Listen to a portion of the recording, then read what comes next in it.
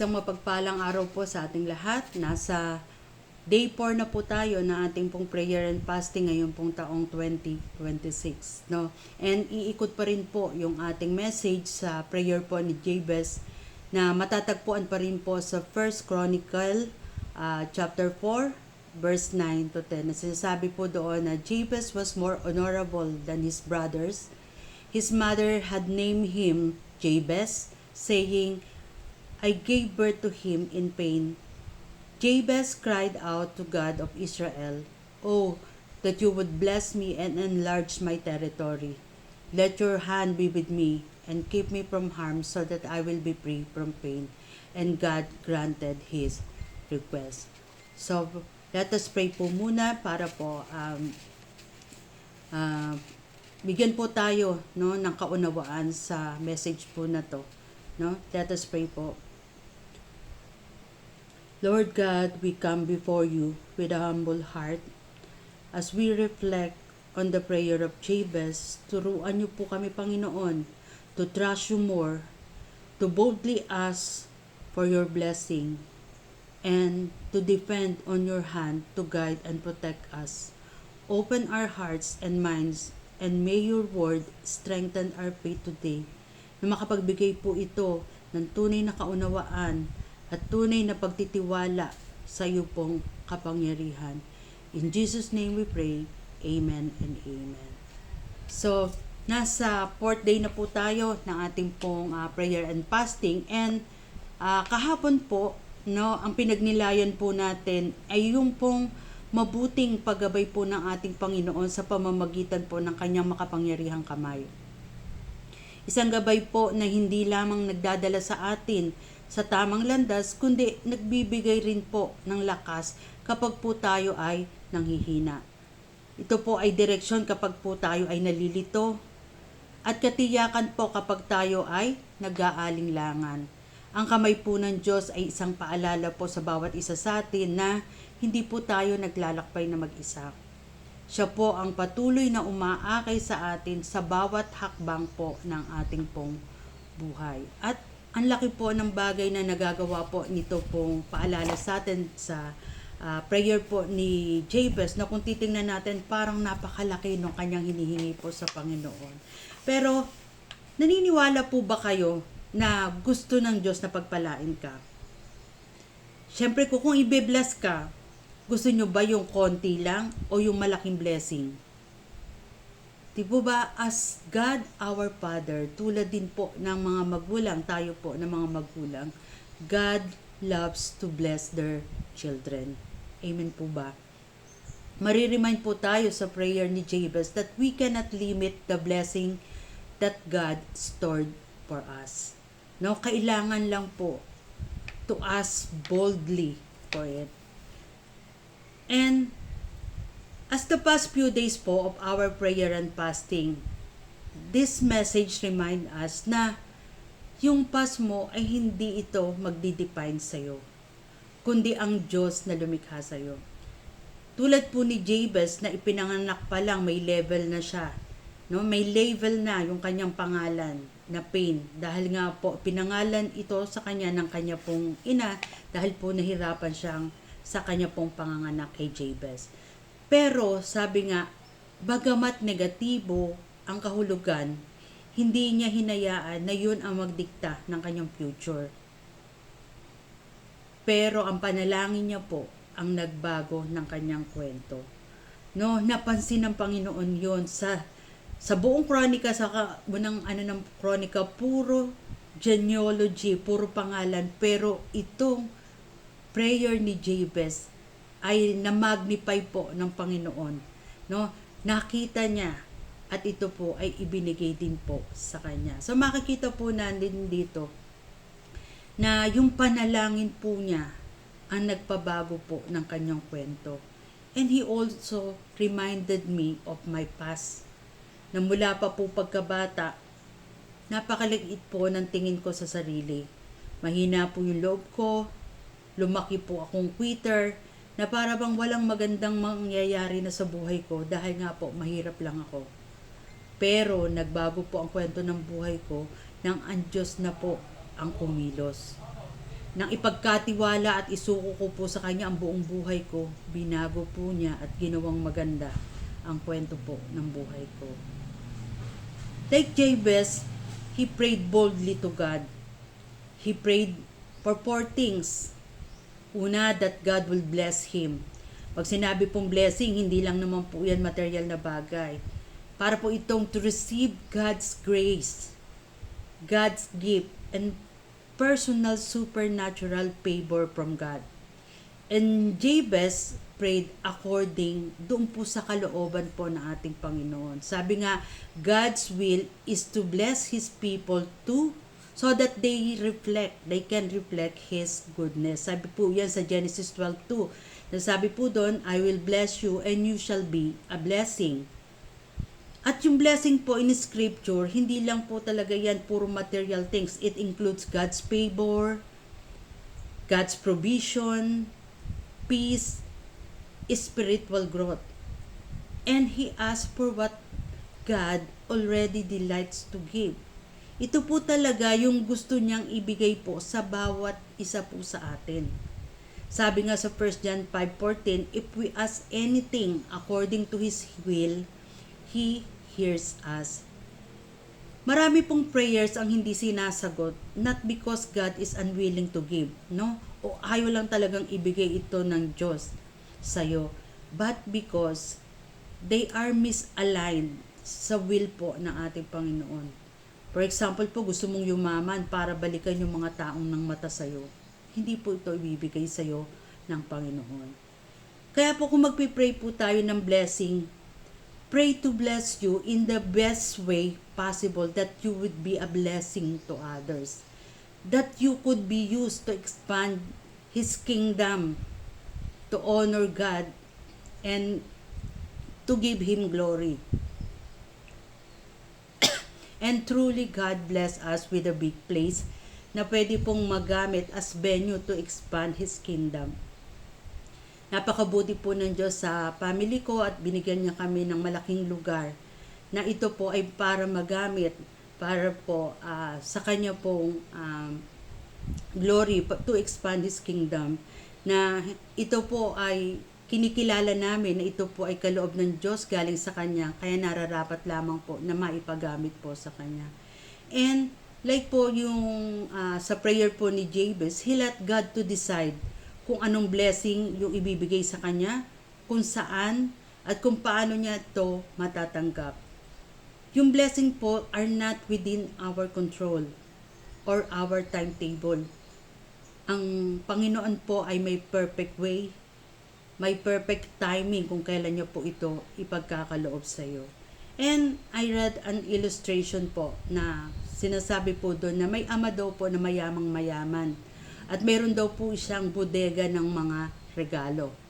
No? Meron po siyang warehouse na kung saan nakalagay doon ang napakaraming box ng regalo. At may kanya-kanya po yung pangalan at ito daw po ay para sa kanyang mga anak. Bawat regalo po doon ay, kumbaga, mayroong siyang pinaglalaanan sa tamang panahon. Pero po meron pong siyang anak na nahihiya pong humingi. Sabi po niya, ayokong makaabala. Baka sobrang na yung hinihingi ko. Parang meron siyang alinlangan kapag na lumapit po sa kanyang ama. Habang ang ibang anak ay lumalapit at humihingi sa kanyang tatay, binubuksan ng ama naman yung bodega at ibinibigay yung regalo sa kanyang anak na humihingi. Lumipas po yung panahon, pagdating ng araw po, sabi ng kanyang ama, marami akong inihanda para sa'yo, pero nananatili lang ito doon sa bodega dahil hindi mo kailanman hiningi. Hindi siya humihingi dahil kulang yung kanyang ama. Kulang din siya ng pagtitiwala doon sa ama kung ito po ay ibibigay talaga sa kanya. Kaya hindi siya humihingi. Sabi nga sa James 4:2, you do not have because you do not ask. These are the blessings that God wanted to give you, but you never ask Him. There are blessings that God has stored for each and every one of us, but we need to ask. Kahit alam niya kung ano yung pangangailangan mo, kahit alam niya kung ano yung gusto mo, gusto pa rin niyang marinig mula sa bibig mo kung ano yung gusto mong hingin sa Kanya. And he asked, the second na hinihingi po ni Jabez sa kanya pong panalangin is he asked that God would enlarge his territory, that he accomplish what God prepared and planned for him to do. Yung territory po in biblical times mean influence, responsibility, stewardship, at hindi po yun madali. He asking for more work, more leadership, and more accountability. At nakakapagod po yun, no? Kapag expansion ang hiniling mo, it always bring pressure. Kasi napakalaki pong responsibility po nito. No, and bawat isa po sa atin, meron pong sphere of influence na ibinibigay po ang Diyos sa bawat isa po sa atin. Kung tayo po ay mamshies or married, ang ating pong sphere of influence ay ating pong family. No, yan po yung first, and yung friends natin, yung neighbors natin, no po. And kapag ikaw daw po ay may work naman, yung workplace mo ang yung pong sphere of influence. No, kapag ikaw ay student, yung schoolmates mo, yung friends mo, ang iyo pong sphere of influence, no, na binibless ka ni Lord to bless them, no. And he prayed for God's hand might be with him, that God would keep him from evil. Sabi po dito, keep me from temptation and I may not cause pain. And ito po yung pag-uusapan natin ngayon. Sabi po nung message po natin, title po is Kept from Harm, the Power of God's Protecting Hand. No, alam po kasi ni Jabez ang kanya pong kahinaan. Kaya ito po yung hiniling niya sa ating pong Panginoon. Alam po niya kasi na hindi po niya kayang ipagtanggol ang kanyang sarili na mag-isa. Alam niyo po kasi, napakalaki po kasi ng hiningi niya eh. Napakalaki po ng hiningi ni na blessing po ni Jabez sa Panginoon. Sabi nga, kapag hiniling mo yung big blessing, yung bigger influence and responsibility, kailangan mo talaga ng protection from God. Tulad nga po ni King Solomon, no, kasi hindi po niya talaga kakayaning mag-isa. No? Tulad po ni King Solomon na binigyan din po ng greater responsibility to lead Israel as their king, ang hiningi po niya sa Panginoon is wisdom to lead His people. Ang kanya po, ito po yung kanyang hiningi dahil alam po nila, no, sa sarili na, because apart from God, they can do nothing. Kaya ito man pong si Jabez, alam po niya yung kanya pong kahinaan. Kasi nga po, alam niya, habang lumalawak yung kanyang influence, lumalakas din po yung tukso at panganib na pwede po siyang yumabang. Pwede pong maging mataas at maging makasarili po siya. Humingi rin po siya, no, na ilayo sa anumang kapahamakan dahil kapag lumalawak ang influence mo, pwedeng may mga tao na magkaroon ng inggit at mag-cause ng harm sa'yo. Humihingi rin po siya ng tamang direction, tamang pagdidesisyon para po makaiwas siya sa anumang aksidente at mga karamdaman. Kasi harm comes from in many forms. Pwede pong physical danger, emotional wounds, spiritual attacks, bad decisions, and temptation. Next po, kaya po hiniling ito ni Jabez, no? Ito pong prayer niya na protektahan siya ng Diyos kasi alam niya at kinikilala niya that God's hand is our greatest protection. Sabi po diyan that your hand would be with me. Sabi nga dito, the safest place in life is not the absence of trouble, but the presence of God. No? Kapag po kasi sinasabi nga po, yung kamay ng Diyos, ang ibig sabihin daw po nun, ito po ay sumisimbolo ng kanyang kapangyarihan, ng kanyang pagpatnubay, at ng kanyang pong presensya. Hindi po hiniling ni Jabez na alisin yung panganib. Ang hinihiling po niya ay makasama ang Diyos sa bawat hakbang. Kaya po sabi, ang pinakaligtas na lugar ay hindi yung buhay na walang problema, kundi yung buhay na nandun po, yung presensya po ng Diyos. Amen po ba? No, ang buhay po kasi alam niya, sa buhay natin dito sa mundong ito ay hindi talaga garantisado na walang gulo, na walang paghihirap o walang kapahamakan na darating sa iyo. Kaya po sinasabi niya na ang tunay na kaligtasan hindi nakabase po sa sitwasyon, kundi kung sino yung kasama mo doon sa sitwasyon na yon na gumagabay sa iyo at magpoprotekta sa iyo. Sabi nga, kapag nasa presensya tayo ng Diyos, kahit may problema, may kapayapaan ka. Kahit na nasa gitna ka ng bagyo, may patnubay ka sa gitna rin ng mga kalituhan. May lakas ka kahit ikaw ay mahina. May pag-asa kahit tila ba sa tingin mo yung problema mo ay wala ng solusyon. Hindi sinasabi dito, no, na aalisin ng Diyos ang lahat ng problema, kundi sasamahan ka niya sa gitna ng problema. At kapag kasama mo ang Diyos, anumang pagsubok ay hindi ka kayang wasakin dahil ang Panginoon ang iyong shield. And sinasabi rin po, kaya ito ang hiniling ni Jabez, is protection that leads to freedom, not fear. Kaya po sinabi niya, so that I will be free from pain. So sinasabi lang po dito, no, God's protection doesn't always stop the storm, but it stops the storm from stopping you. Ibig sabihin po, hindi niya ipinangako ng Diyos na aalisin niya yung lahat ng pagsubok sa buhay. Darating pa rin yung bagyo, darating pa rin yung problema, pagkakasakit, no? Mga kakulangan, darating pa rin yung pag-uusig, mga kabiguan, at mga sitwasyong hindi po natin kontrolado. Ngunit kapag ikaw po ay nasa ilalim po ng proteksyon ng Diyos, ang mga bagyo pong ito ay hindi ka wawasakin. Hindi ka patitigilin sa iyong layunin, no? Hindi ka kayang pigilan sa iyong calling at hindi magtatapos ang buhay mo na isa kang failure, no? At sa ating pong pagtatapos, no po, ito pong prayer ni Jabez remind us that we are vulnerable. Mahina po tayo, no, as isang tao po tayo, no? Pero dito po natin makikita that God is powerful. Danger is real. Darating po talaga lahat yon. But God's hand is stronger.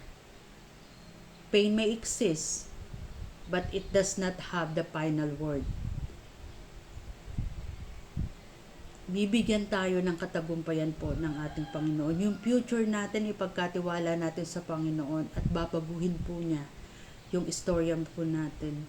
Kung dati tayong talunan, andyan po ang Panginoon to lead us na maging victorious po ang ating buhay. At ang panalangin po ni Jabez ay nagpapatunay po sa atin na may tukso, mayroon tayong mga maling desisyon na magagawa at may spiritual na kaaway na nakapaligid lang sa atin. Kaya kailangan natin ng proteksyon ng Diyos sa araw-araw.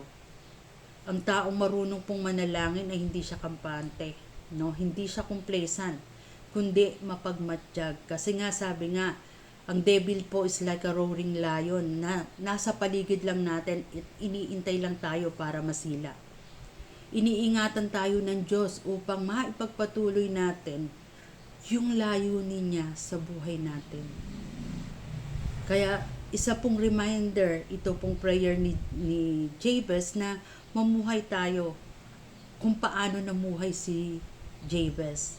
At magkaroon din tayo ng pananampalataya, kung gaano kalaking pananampalataya niya na yung kanyang panalangin ay tutugunin ng Panginoon. Ganon din po tayo. At bigyan tayo ng puso na magkaroon ng tamang panalangin, no? Nabigyan tayo ng puso talaga ng Panginoon kung paano natin magagawa yung kanyang layunin po sa buhay natin. So tayo pong lahat ay manalangin. Aming banal at makapangyarihang Ama, kami po, Panginoon, ay nagpapasalamat sa mensahe mo sa araw na to. Ikaw po, Panginoon, ang magbigay po sa amin ng lakas ng loob palagi na patuloy na kilalanin kung sino ka sa buhay namin, kung gaano kalaki ang kaya mong ibigay po sa amin, kung gaano kakabuti po sa bawat isa sa amin. Patuloy ka naming kilalanin, Panginoon, na Diyos na nagpoprotekta po sa bawat isa sa amin. Diyos na nagbi-bless. Diyos na nagkakaloob po, Panginoon, ng lahat po ng aming pangangailangan. Napakabuti niyo po, Panginoon, sa buhay ng bawat isa. Kaya po kami ay humihingi ng iyo pong patuloy na pag-iingat. Ilayo niyo po kami, Panginoon, sa anumang kasamaan at huwag mo kaming hayaang mapahamak.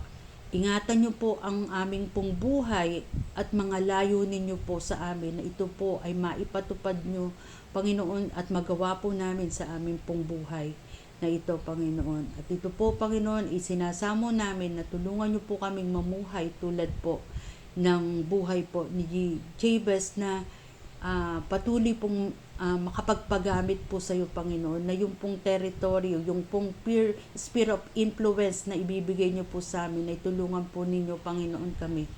Na ito po, Panginoon, ay magawa at maganap po namin na maibahagi ka doon po sa mga tao na inilalapit niyo po sa amin. Ito po, Panginoon, asamo at dalangin namin na sa ngayong taon na to, palaguin niyo po, paramihin niyo po yung sphere of influence, Panginoon. Yung mga tao po, Panginoon, na nangangailangan sa iyo, ilapit niyo po sa amin upang maipakilala ka po namin sa kanila, Panginoon. At tuluyang magkaroon sila, Panginoon, na tunay na relationship sa iyo, Panginoon. Tulad po kung paano niyo po kami, Panginoon, ginagabayan, kung paano niyo kami, Panginoon, minamahal, kung paano niyo po kami, Panginoon, binibless, ay maiparanas din po namin ito po, Panginoon, sa kanila. Bless us, Panginoon, para po maging blessing din po kami sa iba. Ito po, Panginoon, ang samo at dalangin namin sa araw na to. In Jesus' name we pray. Amen and amen. Thank you, and to God be all the glory. God bless us all.